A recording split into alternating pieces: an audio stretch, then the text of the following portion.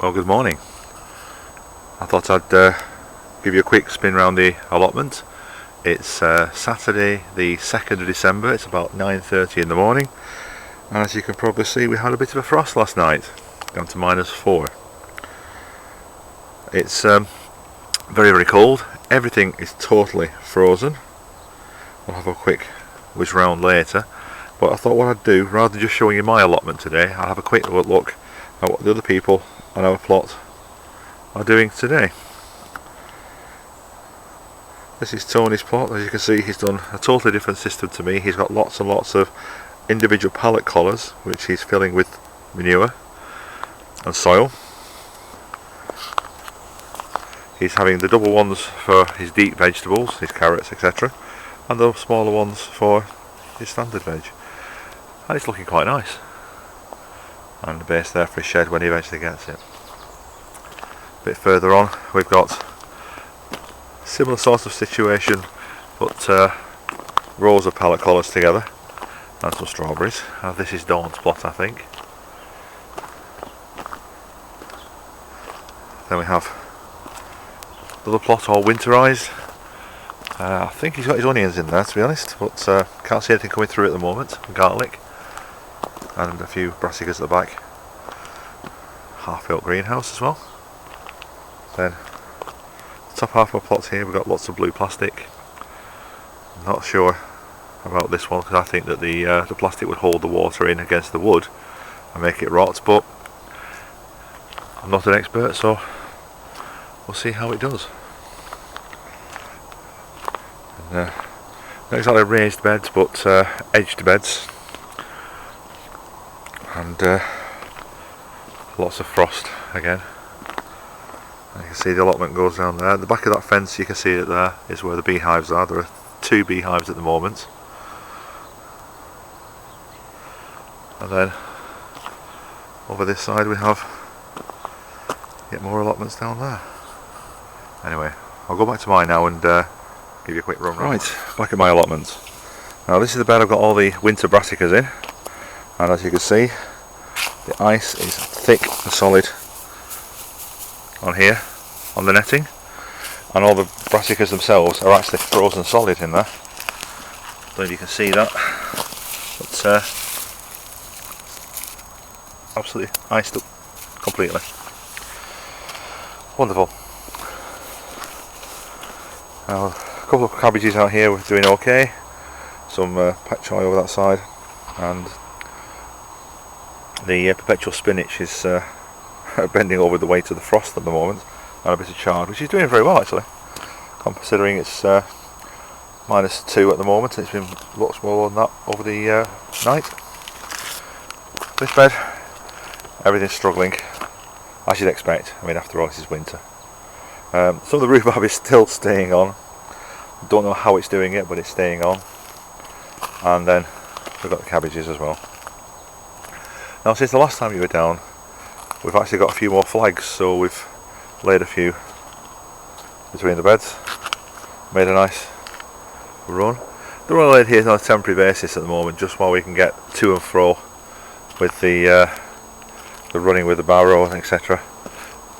And then this is down where the sun was before, and as you can see, it is absolutely frozen solid. You can hear that, but now that bit there is about 18 inches deep, and by the looks of it, it's completely solid. The rhubarb bed is frozen solid now, absolutely, completely and utterly frozen today. Now, we have been told that we're getting a mini digger to extend the trench that I started, pure and simply because I couldn't dig it any deeper by hand, because the ground itself underneath is so full of rubbish, as this is where everything was dredged to when they started the allotments 18 months ago. They dredged the whole lot off the top and put it down here at the bottom, and all that down there is basically soil on top of piles of trees, bricks, rubble, all sorts. It makes it very difficult to dig through, but we have got somebody who knows somebody with a mini digger who's going to come down and basically widen this trench and deepen the trench for us, get pipes in, and then we can get some gravel on top or soil on top or whatever's necessary, and then we can get it from there to join it with my trenches, which I'll dig deeper, or a little bit deeper anyway, and put a pipe in the bottom and put some gravel on top, and then lay flags on top of that, which will hopefully then give us a nice base to run all the water off, and we'll end up with some decent stuff. Now then, onion bed. Lots of onions coming up, lots of white onions, lots of red onions. Not a single sign of a solitary piece of garlic as yet. Not sure why, really don't understand why. Having said that, in this bed, I think we may actually have some garlic now. I'm not sure if that's garlic or if it's just, no, it's just rubbish. I was hoping. Not a chance. Absolutely everything covered in frost today. Little baby brassicas in there, all of which have got this lovely spikes of frost on the outside of the leaves, which is wonderful to look at. Not very good to be working in them. Now, today what I'm doing is moving the rest of the manure pile. We started moving it last week, got a fair bit shifted. This has all gone in the first bed at the bottom you saw when we first started the video today. That's going to be completed today, or I'm going to try and complete it today. I don't know what the ground's like to dig in at the moment, so I'll give it a try. And then I'm going to try and shift some of this as well. Then the whole point from here is we're going to put another couple of raised beds where this is, because this is really good land for growing on, not waterlogged at all at this end. I'm going to try and basically clear it all out, get 2 more beds in here, then where the compost pile here is, this is going to be filled in, leave the compost underneath it because it's just going to add to the benefit of the soil there, fill this in, put another couple of beds there. We may even possibly get a 3rd bed in. They may not be as wide as the ones we've been using, but we're hoping that that will allow us to get another 4 or possibly 6 beds in here to be used before we get the drainage sorted out.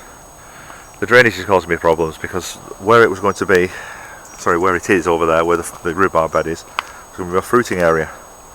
I can't put fruit in the ground when it's waterlogged, they just kill it off completely. So all my fruit bushes will have to stay at home for the time being and take it from there. When the weather gets better, or when the water drainage is sorted out, then hopefully I'll be able to start planting things and carry on with my plans. But at the moment, top end of the allotment is on hold until we can get all this sorted out. Anyway, that's enough of me talking for today. I've got some digging to do. Got the rest of this bed to finish off. As you can see, it's half dug, a quarter, maybe a 1/3 filled. Just going to finish digging that today. If I manage it, we'll come back later and see what it looks like when it's finished, so you can see the finished product compared to where we are at the moment. But not too hopeful looking at the state of the ground here. Anyway, speak to you later. Well, welcome back.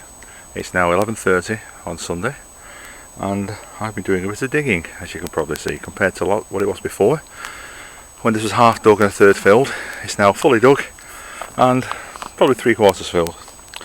Now the gap you see at the back is just where I put manure in the bottom. I've not covered it with topsoil yet because this stuff I've got at the sides here and here is what's going to be going in.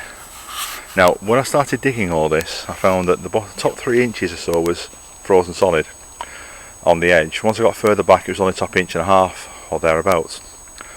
But I came to try and move some of this stuff, and I attacked it with a pickaxe, and that is about all I got from it. It just wouldn't break.